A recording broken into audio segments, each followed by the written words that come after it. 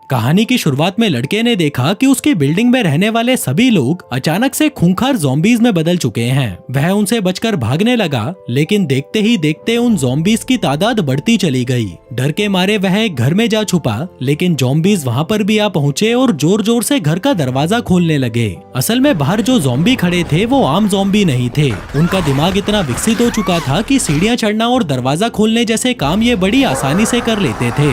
दरअसल ये सब 10 दिन पहले शुरू हुआ था।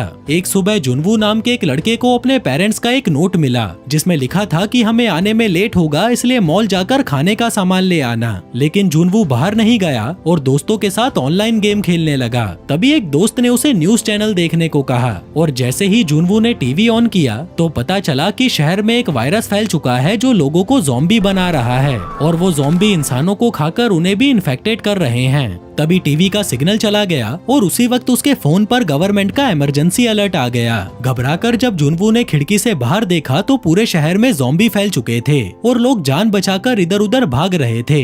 तभी उसे अपनी बिल्डिंग में शोर सुनाई दिया और जैसे ही उसने दरवाजा खोला, उसका पड़ोसी सांग जबरदस्ती अंदर घुस आया। जुनवू ने उसे बाहर निकालने की कोशिश की, लेकिन सांग बोला कि वो बस बाथरूम यूज करके चला जाएगा। खैर, जब सांग बाथरूम से बाहर आया तो जुनवू ने उसके हाथ पर काटने का निशान देख लिया। इससे पहले कि जुनवू कुछ समझ पाता, सॉन्ग ज़ॉम्बी में बदल गया और उस पर हमला कर दिया। लेकिन जुनवू ने उससे लड़ते हुए किसी तरह उसे घर से बाहर धकेल दिया और दरवाजा बंद कर दिया। फिर उसने गेट के सामने फ्रिज रखकर उसे ब्लॉक कर दिया ताकि कोई ज़ॉम्बी अंदर ना आ सके। अब जुनवू ने अपने पेरेंट्स को कॉल करने की कोशिश की, लेकिन कॉल नहीं लग रहा था। तभी जुनवू के फोन पर उसकी माँ का वॉइस मेल आया, जिसमें उन्होंने बताया कि हम ठीक हैं, लेकिन अभी घर नहीं आ सकते, इसलिए हमारे घर वापस आने तक अपना ख्याल रखना। जिसके बाद जुनवू ने एक स्टिकी नोट पर अलाइव लिखकर उसे अपनी फैमिली फोटो पर चिपका दिया ताकि फोटो को देखकर उसे हिम्मत मिलती रहे। अगली सुबह उसने एक रेस्क्यू पोस्टर बनाया जिसमें लिखा था कि मैं जिंदा हूँ और उसे अपने सोशल मीडिया पर अपलोड कर दिया। इसके बाद उसने ड्रोन की मदद से आसपास के घर चेक किए, लेकिन ज़ॉम्बीज के अलावा उसे कोई नजर नहीं आया।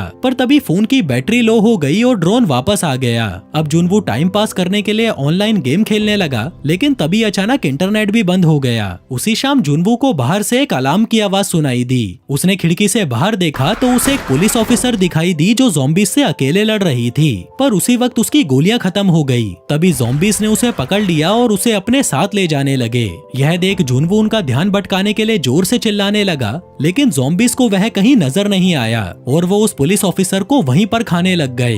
इसी दौरान एक ज़ॉम्बी जुनवू के गेट को धक्का देकर अंदर घुस आया, जिसे देखकर जुनवू जल्दी से बालकनी में आया और रेलिंग से लटक गया ताकि वो ज़ॉम्बी को चकमा दे सके। ज़ॉम्बी उसका पीछा करने लगा और जैसे ही आगे बढ़ा वह बिल्डिंग से नीचे जा गिरा और मारा गया। जुनवू वापस अंदर आया और गेट को अच्छी तरह बंद करके उसे ब्लॉक कर दिया। जिसके बाद जुनवू ने देखा कि उसके पास खाना और पानी खत्म हो चुका था, जिससे वह टूट गया और कैमरे पर रोते हुए अपना वीडियो रिकॉर्ड करने लगा। उसने बताया कि उसे इस सिचुएशन से बहुत डर लग रहा है। अगले दिन उसने अपने पिता की शराब पी और खिड़कियों पर पेपर चिपका दिए ताकि कोई ज़ॉम्बी उसे देख ना सके। इसी बीच न्यूज से उसे पता चला कि ये ज़ॉम्बी अपनी पुरानी आदतें और डेली रूटीन नहीं भूले थे। यानी जो इंसान ऑफिस जाता था वो ज़ॉम्बी बनने के बाद भी डेली ऑफिस जाता है, इसलिए वह आसानी से लिफ्ट और सीढ़ियों की मदद से ऊपर नीचे जा सकते थे। यह देखकर जुनवू और भी ज्यादा डर गया। तभी उसे याद आया कि वह रेडियो की मदद से बचे हुए लोगों से बात कर सकता है, लेकिन उसके पास वायर्ड ईयरफोन नहीं थे जिन्हें एंटीना की तरह यूज किया जा सके। इसी तरह कुछ दिन बीत गए। फिर एक दिन जुनवू को लगा कि उसकी फैमिली वापस घर आ गई है। अपनी फैमिली को देखकर जुनवू बहुत खुश था, लेकिन ये खुशी ज्यादा समय तक नहीं रहती क्योंकि यह सिर्फ उसका भ्रम था। तभी उसने नोटिस किया कि उसके फोन में नेटवर्क आ गया है, जिसके साथ उसकी फैमिली का एक वॉइस मेल आता है जिसमें साफ सुनाई दे रहा था कि ज़ॉम्बी ने उसकी फैमिली पर हमला कर दिया है। यहाँ जुनवू को लगा कि ज़ॉम्बीज ने उसकी फैमिली को मार दिया, जो सुनते ही वह टूट गया और गुस्से में घर की चीजों को तोड़ने लगा। वह ज़ॉम्बीज से बदला लेने का सोचकर घर से बाहर निकला और उन्हें मारने लगा, लेकिन तभी बहुत सारे ज़ॉम्बीज उसकी तरफ आने लगे, इसलिए वह उनसे बचते हुए जल्दी से अपने घर वापस आ गया। और इसी तरह 20 दिन बीत गए। फिर एक दिन जुनवू को जोरदार ब्लास्ट की आवाज आई। उसने बाहर देखा तो उसे लगा कि गवर्नमेंट ज़ॉम्बीज को मारने के लिए पूरे शहर को उड़ा रही है। यह सोचकर उसने अपना आखिरी वीडियो रिकॉर्ड किया जिसमें उसने सबको अलविदा कहा और खुद को खत्म करने का सोचा। लेकिन तभी उसे अपने घर में एक लेजर लाइट दिखाई दी जो सामने वाली बिल्डिंग से आ रही थी। जुनवू ने उस बिल्डिंग में देखा तो उसे पता चला कि यूबिन नाम की एक लड़की दूरबीन से उसे देख रही थी। जुनवू उसे देखकर खुश हो गया और हाथ हिलाकर उसे हाय बोलने लगा। तभी यूबिन ने उसे ठीक सुबह 7 बजे बालकनी में आने को कहा और तुरंत अपनी खिड़की बंद कर ली ताकि ज़ॉम्बी उसे देख ना सकें। हम देखते हैं कि यूबिन ने अपने मेन गेट पर एक ट्रैप लगा रखा था ताकि ज़ॉम्बी घर के अंदर ना आ सकें, और जब भी कोई ज़ॉम्बी उसके घर में घुसने की कोशिश करता तो वह ट्रैप में फंसकर बुरी तरह मारा जाता। अगली सुबह यूबिन ने देखा कि जुनवू ने कई दिनों से कुछ नहीं खाया था, इसलिए उसे खाना देने के लिए उसने एक रस्सी में बॉल बांधकर उसे जुनवू तक फेंकने की कोशिश की, लेकिन बदकिस्मती से वो बॉल वहाँ तक नहीं पहुँच पाई। तभी जुनवू ने अपने ड्रोन पर एक रस्सी बांधकर उसे यूबिन के घर तक भेज दिया, जिसको यूबिन ने अपनी बालकनी में बांध दिया और उसकी मदद से जुनवू को एक बॉक्स में खाना और पानी रखकर भेज दिया। इसी दौरान एक ज़ॉम्बी ने वही बॉल देख ली जिसको यूबिन ने फेंका था और उस पर बंधी रस्सी से वो यूबिन के घर में चढ़ने लगा। रस्सी का खिंचाव इतना तेज था कि जिस टेबल से रस्सी को बांध रखा था वो सीधा रेलिंग से जा टकराई और यूबिन नीचे गिरकर बेहोश हो गई। उधर जुनवू ने जब उस ज़ॉम्बी को रस्सी पर चढ़ते हुए देखा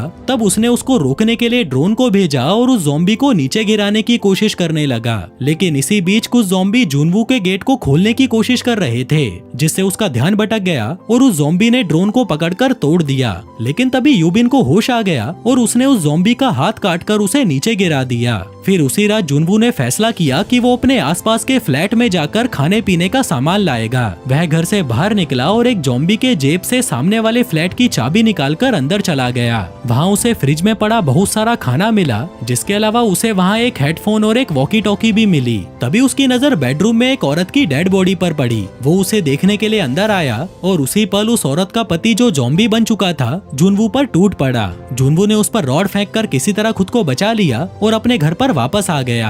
यहाँ उसने हेडफोन का वायर काटकर उससे रेडियो का एंटीना बनाने की कोशिश की, लेकिन वो रेडियो फिर भी काम नहीं कर रहा था। इसके बाद उसने यूबिन के लिए एक बैग में खाना और वॉकी टॉकी रखकर उसे उसके पास भेज दिया, जिससे अब वो दोनों एक दूसरे से आराम से बात कर सकते थे। यहाँ यूबिन ने बताया कि मैं भी मरने की सोच रही थी, लेकिन अब मैं इन ज़ॉम्बीज से लड़कर जिंदा रहना चाहती हूँ। जिसके बाद दोनों एक साथ खाना खाते हैं और खूब सारी बातें करते हैं। तभी यूबिन ने बताया कि मुझे ऊंचाइयों से डर लगता है क्योंकि मैं बचपन में सीढ़ी पर चढ़ते समय गिर गई थी, और इसी तरह कुछ दिन और बीत गए। वो दोनों बारिश का पानी जमा करने के लिए बालकनी में कंटेनर रख देते थे ताकि उन्हें पीने के लिए पानी मिल सके। फिर एक दिन जुनवू को बाहर कुछ शोर सुनाई दिया। उन दोनों ने सोचा कि बाहर बारिश आ रही होगी, लेकिन जब वो दोनों बाहर आए तो देखा कि बहुत सारे ज़ॉम्बीज उनकी बिल्डिंग में घुस रहे थे। तभी गलती से यूबिन से कुछ चीजें नीचे गिर गई और उस आवाज से सभी ज़ॉम्बीज उसकी तरफ बढ़ने लगे। यूबिन को लगा कि अब सब कुछ खत्म हो गया, लेकिन तभी जुनवू ने यूबिन के पास वाले फ्लैट में कॉल कर दिया, जिसकी आवाज से सभी ज़ॉम्बी उस फ्लैट की ओर जाने लगे। अब उन दोनों को समझ आ चुका था कि उनका एक ही जगह पर रुकना खतरनाक है, इसलिए उन्होंने दूसरी जगह पर रहने का फैसला किया। यूबिन ने बताया कि जुनवू की बिल्डिंग के 8वें फ्लोर पर एक फ्लैट है जहाँ पर कोई ज़ॉम्बी नहीं है, इसलिए दोनों ने वही जाने का फैसला किया। इसके बाद यूबिन टेबल और कुछ रस्सियों की मदद से खिड़की से नीचे उतर गई, जिसे देखकर सभी ज़ॉम्बी उसके पीछे भागने लगे। यूबिन उनसे कुल्हाड़ी से लड़ते हुए दूसरी बिल्डिंग की तरफ भागने लगी। तभी रास्ते में उसे एक पुलिस ऑफिसर की गन मिली, जिसे यूबिन ने उठा लिया, लेकिन तभी एक ज़ॉम्बी ने उस पर हमला कर दिया और इससे पहले कि वो ज़ॉम्बी उसे काट पाता तभी जुनवू वहाँ पर आ गया और उस ज़ॉम्बी को मारकर यूबिन को बचा लिया। इसके बाद वो दोनों मिलकर ज़ॉम्बीज से लड़ते हुए बिल्डिंग के अंदर घुसे और गेट बंद कर दिया, लेकिन ज़ॉम्बीज ने उसे भी तोड़ दिया। वो दोनों जल्दी से 8वें फ्लोर पर पहुंचे और सही फ्लैट ढूंढने लगे, लेकिन तभी अचानक उन्हें एक शोर सुनाई दिया, जिससे उन्हें पता चला कि इस फ्लोर पर भी बहुत सारे ज़ॉम्बीज थे। तभी जुनवू ने एक गेट गिराकर ज़ॉम्बीज का रास्ता रोका और इसी दौरान एक मास्क पहने शख्स ने यूबिन की मदद करते हुए उसे खींचकर अपने फ्लैट में ले आया।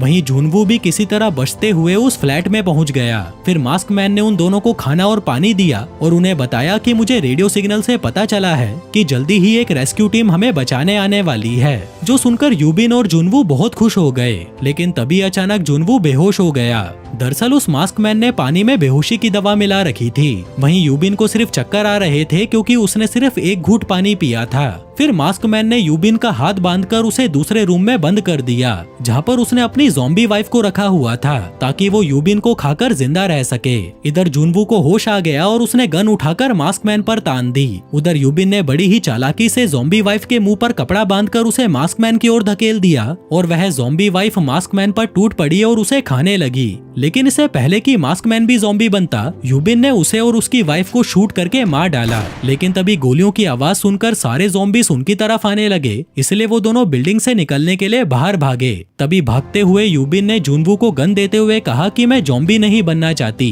प्लीज मुझे शूट करके मार दो। जुनवू ने मना कर दिया, लेकिन यूबिन ने उसे समझाया कि ज़ॉम्बी बनने से बेहतर है इंसान की तरह मरना। जो सुनकर जुनवू रोते हुए उसे शूट करने के लिए तैयार हो ही रहा था कि तभी उन्हें एक हेलीकॉप्टर के आने की आवाज सुनाई दी, जिसके बाद वो दोनों ज़ॉम्बीज से लड़ते हुए बिल्डिंग की छत की तरफ भागने लगे। लेकिन तभी ज़ॉम्बीज के एक बड़े ग्रुप ने यूबिन को पकड़कर नीचे गिरा दिया। जुनवू ने एक साइकिल की मदद से ज़ॉम्बीज को धक्का देकर यूबिन को बचा लिया और वो दोनों किसी तरह से छत पर पहुंच गए। पर जब वहां पर उन्हें कोई हेलीकॉप्टर नहीं दिखा तो वो दोनों चिल्लाने लगे। लेकिन तभी ज़ॉम्बीज अचानक गेट तोड़कर ऊपर आ गए। जुनवू उनको मारने के लिए उन पर गोलियां चलाने लगा, लेकिन कुछ ही देर में गोलियां भी खत्म हो गयी। उन्हें लगा कि शायद वो नहीं बच पाएंगे, पर तभी एक हेलीकॉप्टर उनके पास आया और उसमें बैठे आर्मी ऑफिसर ने सभी ज़ॉम्बीज को शूट करके उन्हें मार दिया।